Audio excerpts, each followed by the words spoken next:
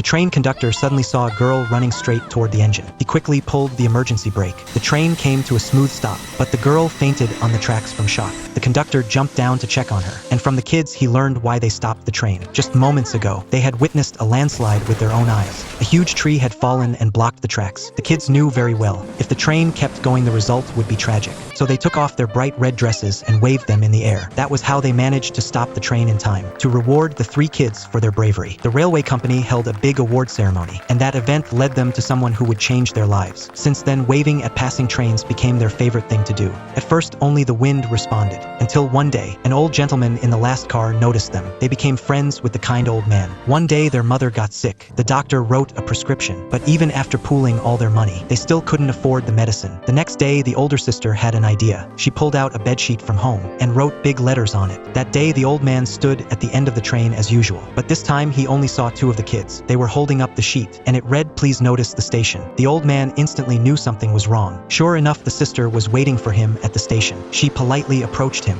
I'm so sorry to disturb you on your train. We feel we know you a little from waving so often. Please take this. The old man opened the envelope. Inside was a letter explaining their situation, along with the doctor's prescription. Not long after, Parks rushed over carrying a large box.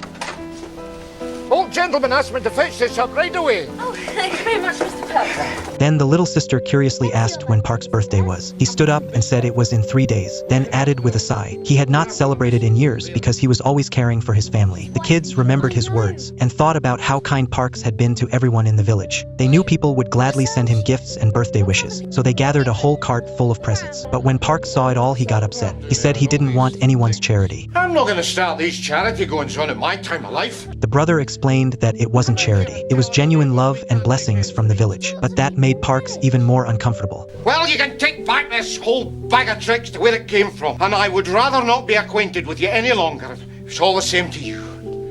The sister told him the gifts also carried everyone's best wishes. Mother's label first. It says, "Little clothes for Mrs. Perks's children." I can't do much because we're poor ourselves, but I'd like to do something because he's so friendly to you. Well, that's different. Your mother's a born lady. We'll keep the frocks and whatnot, Nell. The pram's for Mrs. Ransom. It was bought for my daughter's first, but sadly he died and she never had another. It would be a help for Mrs. Perks's little girl. I'm not sending the pram back, Bert, so don't ask me. I'm not asking you anything. Mr. James made the shovel for you himself. Parks was deeply moved. He never realized how much love and care he had quietly earned from those around him.